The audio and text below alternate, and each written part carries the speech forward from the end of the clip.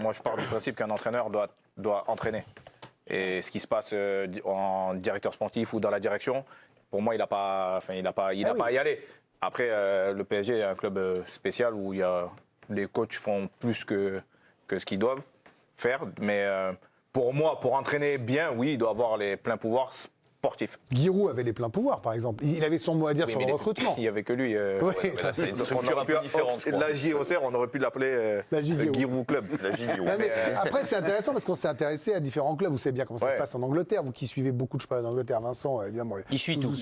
Il suit tout. Si, il suit tout. Mais là où je parle particulièrement, il y a des managers. Voilà. C'est plutôt dans ce sens-là qu'on imaginait un Luis Enrique. Vous voyez ce que je veux dire au PSG.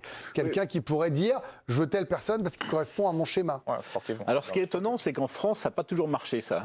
Par exemple, Lyon, quand ils étaient dominants, ils ont voulu arrêter ça, enfin arrêter le modèle classique, un entraîneur un peu qui pouvait arrêter. Ils se sont dit, on va nommer Claude Puel manager général. Et ça n'a pas marché du tout. Ça s'est heurté à des réticences culturelles, justement, d'une organisation, d'un autre modèle, etc. Ça ne fonctionne pas. Là, très franchement, les pleins pouvoirs à Luis Enrique, j'y crois pas non plus. Je pense que ça ne correspond pas non plus à la manière de fonctionner du PSG. Il va avoir les pleins pouvoirs, mais est-ce qu'il y aura... Ou alors il faudrait vraiment que Nasser El Khelaifi prenne beaucoup de recul et soit moins proche du club, qu'il n'y ait pas encore que les joueurs n'aient pas des interlocuteurs en direct qui lui permettent de passer au-dessus de l'entraîneur. Puis il faudrait aussi que son poids technique soit incontestable pour avoir envie de l'agrandir. Je trouve que c'est là que c'est le plus discutable. C'est-à-dire que s'il avait été parfait dans son rôle d'entraîneur, moi je dirais pourquoi pas. Après, je trouve que ce n'est pas tout à fait le cas. Donc je trouve qu'on double le risque. C'est-à-dire que vous avez à la fois le risque que comme entraîneur, ça ne fonctionne pas.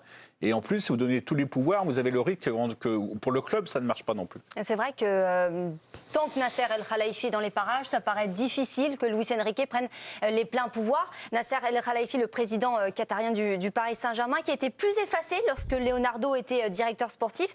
Il est beaucoup plus présent depuis 2 ans, notamment dans la politique sportive du club, ce qui n'est pas forcément la meilleure des idées. On sait que, par exemple, il a imposé le recrutement de Randal Kolo Muani. Plusieurs anciens entraîneurs du Paris Saint-Germain ont dressé un bilan similaire, à savoir qu'ils avaient plus ou moins les mains liées au Paris Saint-Germain. En 2021, Mauricio Pochettino accorde un entretien exclusif au journal L'Équipe et on a ressorti cette phrase lourde de sens. On est là pour développer les idées du PSG, pas pour développer nos idées définies. Mauricio Pochettino qui répétait aussi assez souvent que le PSG était un club qui accordait très peu de temps aux entraîneurs. Thomas Tuchel s'était lui montré assez critique aussi envers la direction du Paris Saint-Germain et toute la gestion qui allait avec, alors même qu'il était l'entraîneur de l'équipe. Au cours du premier semestre, honnêtement, je me suis demandé, suis-je toujours entraîneur ou politicien du sport, ministre des sports? Où est mon rôle d'entraîneur?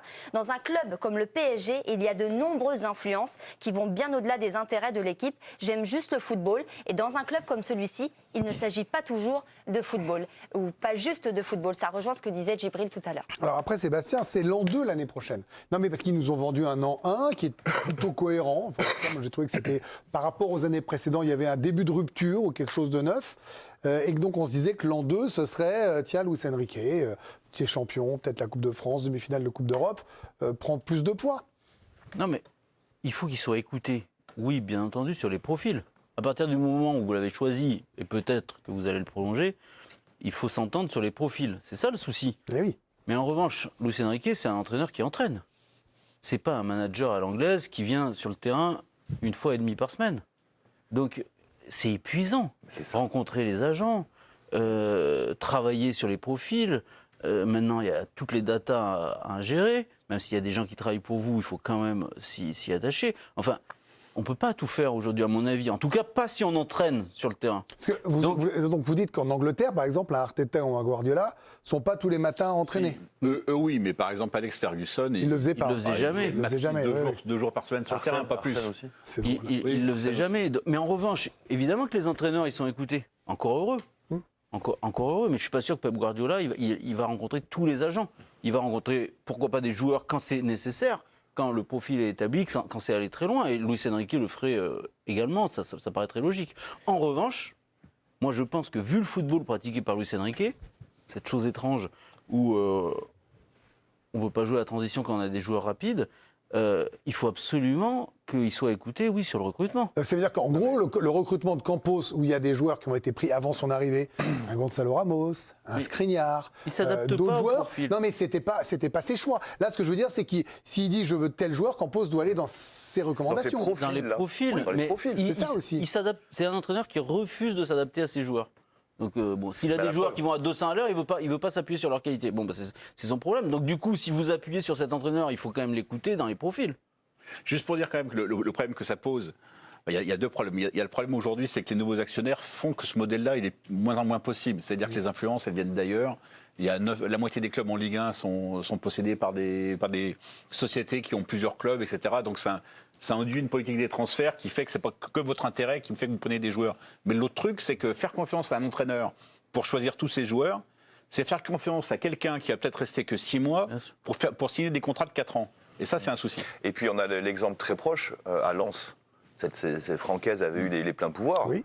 Et ça n'a pas duré Bon longtemps. exemple. Et vous savez aussi pourquoi? Parce qu'un entraîneur, Ouais, moi je travaille avec la Ligue 1. Il s'occupait aussi du centre de formation, là, il y a un moment. Oui, mais c'est pour aller épuisant, dans ton quoi. sens où à un moment donné, Ouais. un coach de Ligue 1, enfin, je connais que ça, c'est 10 décisions à prendre par jour et 10 problèmes à régler par jour. Déjà, en tant que coach, ça veut dire gérer les joueurs, les blessures, les machins, les trucs.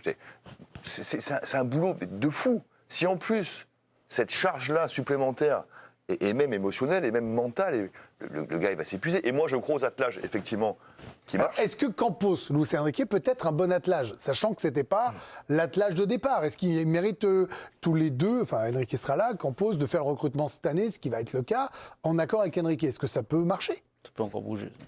Non mais dites-moi. Hein, moi, Non, je- c'est jamais, non, je veux dire, on peut jamais exclure que ça bouge.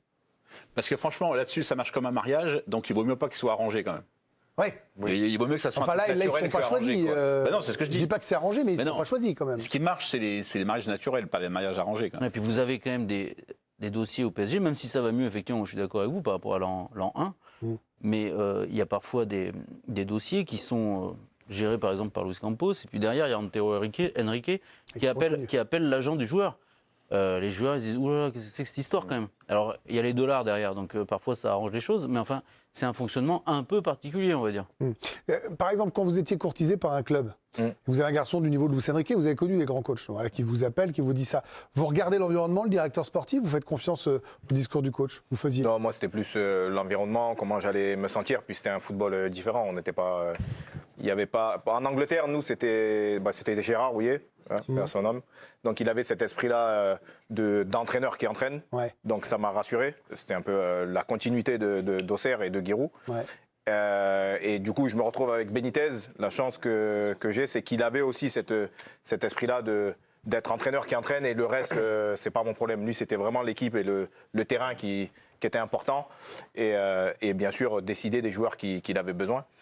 Donc, j'ai pas vraiment vécu ça, mais moi, j'ai peur qu'un entraîneur qui dépasse ses fonctions, ben, à un moment donné, il fait pas bien ce qu'il est censé faire, qui est de Mais tu vois, c'est intéressant parce que Jim, au fur et à mesure du débat, il a mis oui sur l'ardoise, et puis en fin de compte, il est en train. Non, mais c'est vrai, tu Non, mets oui des pleins pouvoirs, mais en fin de compte, tu es en train de nous expliquer que par ton expérience, c'est mieux qu'il les ait pas. Sportif, moi Eh je oui. parle. Pour entraîner, Il Bien sûr, était sur vraiment le le plein sportif, pouvoir non. seul à prendre la décision du 11, en fait. Voilà, c'est ça. Mais C'est ça du c'est là coup, où je Jim voulais nous dire. montre que par son expérience, c'est quand même mieux quand un attelage fonctionne et que l'entraîneur entraîne. Est-ce tu vois, que c'est là, Luis c'est ce que Enrique j'ai- il en oui. a envie? Alors voilà, ça c'est une autre question. Est-ce que certain, c'est le oui, genre il y a ça aussi.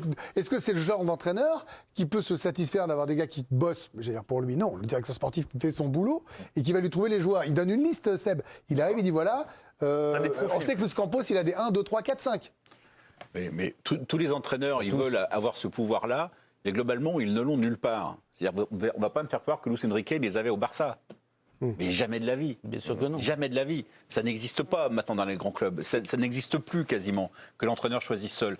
Je pense que ça existe à Arsenal, par exemple. Même Arteta et Guardiola. Voilà. Mais Guardiola, il décide Non. tout Et seul. mais Guardiola, il y a un Guardiola, attelage. C'est un attelage Oui, avec Begiristain. Begiristain, Ah, il y a un etc. attelage. Ils sont Il y toujours a un ensemble. attelage. Voilà. Oui, mais enfin, c'est lui. Il a beau avoir Begiristain, directeur sportif, c'est quand même lui qui donne le tempo. Il prend qui veut. Guardiola, Voilà. il prend qui veut, C'est lui clairement. qui- Voilà, c'est lui qui donne le tempo. Et si c'est 3 défenseurs à 90 millions, parce que les 2 premiers n'ont pas été Oui. bons, on lui dit. C'est pas assez cher, on lui dit. Voilà, du coup, il passe à ça. Non, mais parce que les critiques sur les attaquants du PSG à 90 millions sont totalement légitimes et normales, mais il y a eu les années d'avant des dépenses faites aussi dans d'autres clubs sur des défenseurs Non, très puis chers. Hein. City, quand même, il y a que 115 atteintes au règlement financier. Hein. Ils ont Ce qui n'est pas non plus 115 fou. charges contre Il y eux. a une pénalité à 120. Oui, vous croyez c'est ça? Non, mais je sais pas. Un avertissement. Ah, voilà, carton jaune à 120. Sur le rôle de Luis Enrique en tant qu'entraîneur, on va avoir aussi des attentes sur le plan sportif et en tant qu'entraîneur, voir ce qu'il va faire sur l'an 2.